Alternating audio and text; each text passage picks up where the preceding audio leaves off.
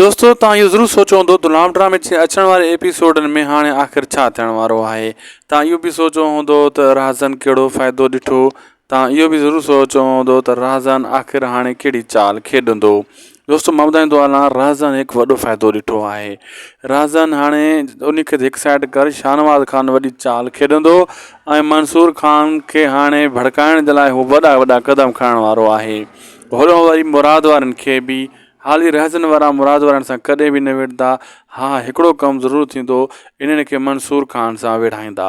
उहो कीअं वरी, जेका छोकिरी ॾिनी आहे इहा फिरी गिरी इन्हनि जे कंध में जेका पई आहे अली ख़ान जे में, उन्हनि सभिनी खे त ख़बर आहे हीअ छो ऐं कंहिंसां अॻे ठहियलु हुई, कंहिंजे नाले सां बदनाम आहे।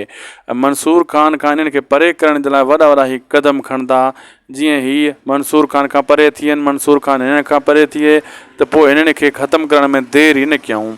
शाहनवाज़ ख़ान बि अहिड़ी सोच ऐं अहिड़ो सिस्टम खेॾण वारो आहे ऐं सभिनी जे ज़हन में इहा ई ॻाल्हि हूंदी, इहो क़दम खणूं।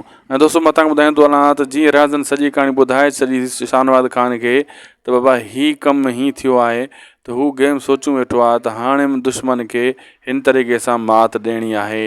हाणे हू वॾो क़दम खणंदो ऐं अहिड़े हिसाब सां मुराद ऐं मंसूर ख़ान जे विच में वॾा वॾा गैप अची वेंदा। इहा छोकिरी बि घरु कान कंदी। लाइक सब्सक्राइब शेयर ज़रूरु कंदा।